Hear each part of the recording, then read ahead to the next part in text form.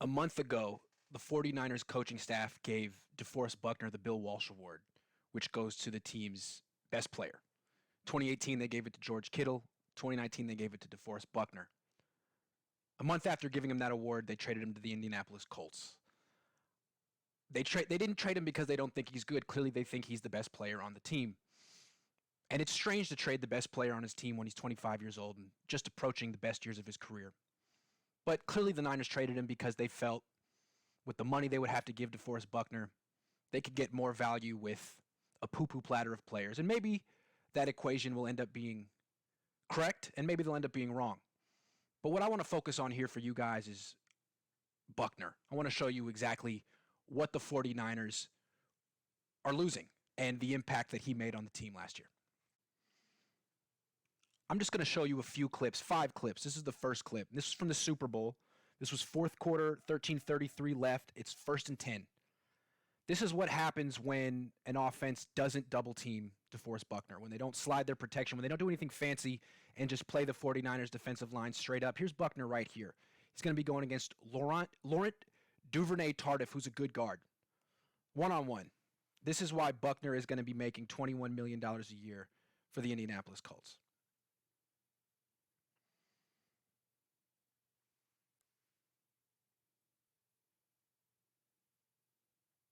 Goes around Tardif, powers through the center, sacks Patrick Mahomes. Buckner had 1.5 sacks in this game. What makes him so difficult, almost impossible to block one-on-one, he comes in real low with power. He's probably the most powerful defensive tackle in the league. He makes the guard lean forward to brace for that power. Then Buckner instantly, fluidly transitions into this swim move, which is just deadly for a 6'8" player like him. He's so much more fluid than any 6'8" defensive lineman I've ever seen. Then he has the power to brush through a second blocker and the agility to track down the quarterback and finish the play. This is why the 49ers, this is an example of why the 49ers gave DeForest Buckner the Bill Walsh Award, why his teammates respect him so much, why his coaches respect him so much, why opponents respect him so much. They respect him so much they almost never do this. They almost never leave a guard one-on-one against Buckner because you're asking for this to happen. They usually, especially in pass rushing situations, 2nd and long, 3rd down, they'll find a way to double team him, and that creates one-on-one matchups for the rest of the players on the defensive line. Let me show you how that worked out in 2019. Here's another clip from the Super Bowl. This is 3rd quarter, 5:36 left. 3rd and 12. What I want you to notice is how the Niners are lined up. It's on the defensive line, it's a mirror image left and right. You got D Ford, Eric Armstead on the left, DeForest Buckner, Nick Bosa on the right. The Chiefs are going to block this with 5 guys, so they have 5 to block 4. Basically, real simple. This center has to decide which way is he going to slide. Is he going to help the left guard block DeForest Buckner, or is he going to help the right guard block Eric Armstead? That's a no-brainer. What do you think the center's going to do? Well, let's watch.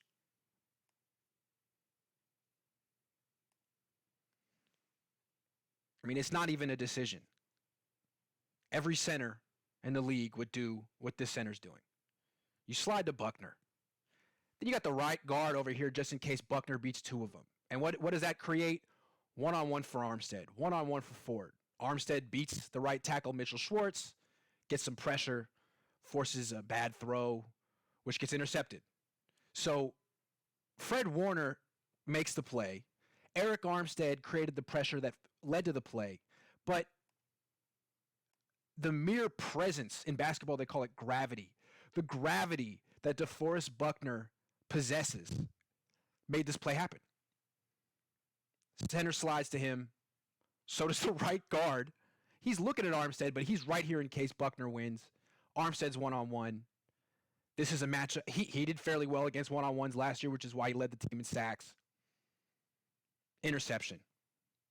But Buckner was the most important player on this play. You see what I'm saying? I got more examples for you.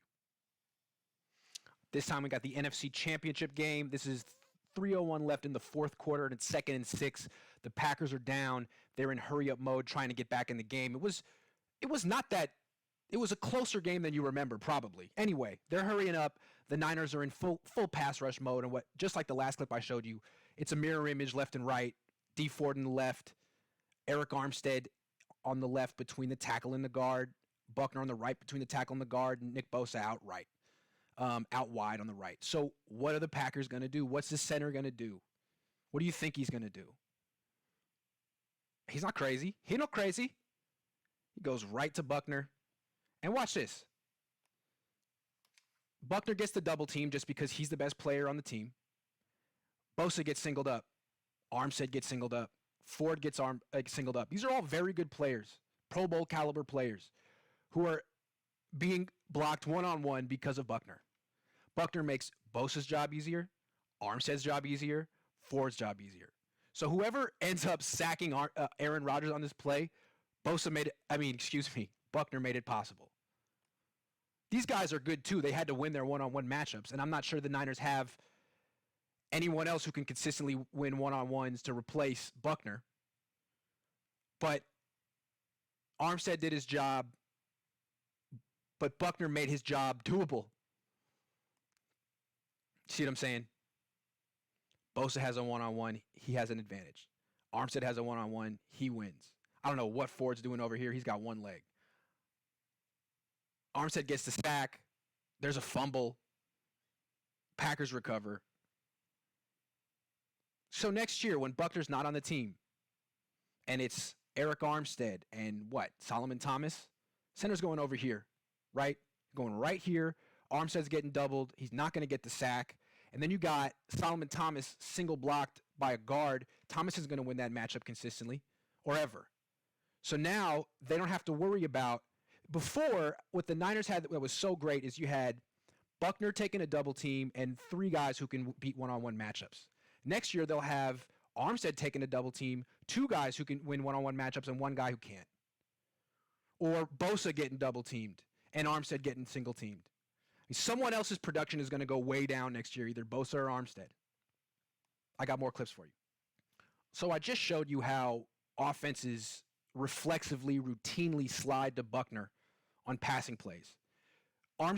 Robert Saleh, the defensive coordinator, knew that, and he used that against offenses. Since he knew the centers always slide into Buckner, Saleh would create blitzes for third down that would take advantage of that slide protection. He was not trying to get Buckner big stats last year. He was basically sacrificing Buckner for the betterment of the rest of the defense, and it's a testament to Buckner that he didn't complain. Because if you look at Buckner right here, he's not in a pass rushing position. He's in between the guard and the center. He's going to get double teamed. Saleh's counting on that. He's counting on the center to go over here and the Packers to have only three blockers over here. What Saleh's going to do is bring four rushers, 4 against 3.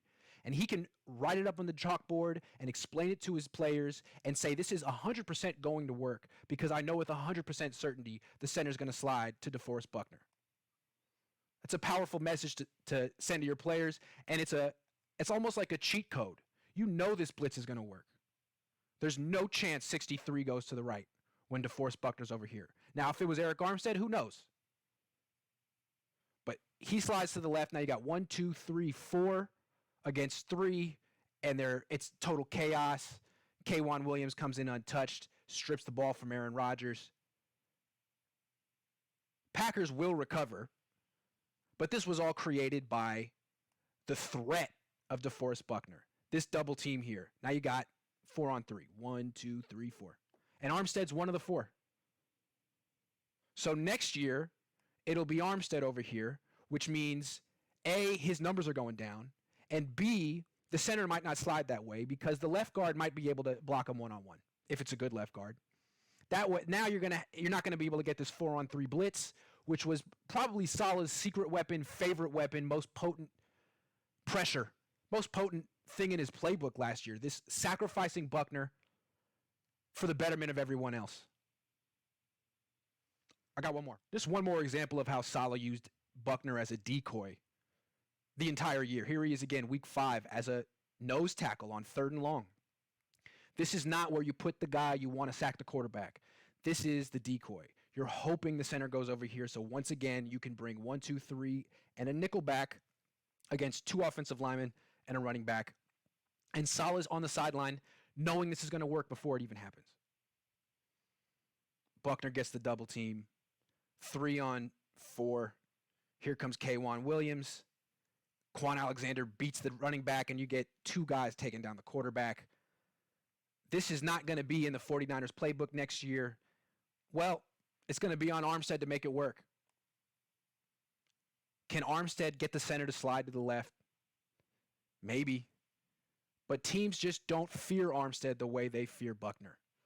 They fear Buckner because he's proven himself over a 4-year career. Armstead's been good for 1 year out of 5.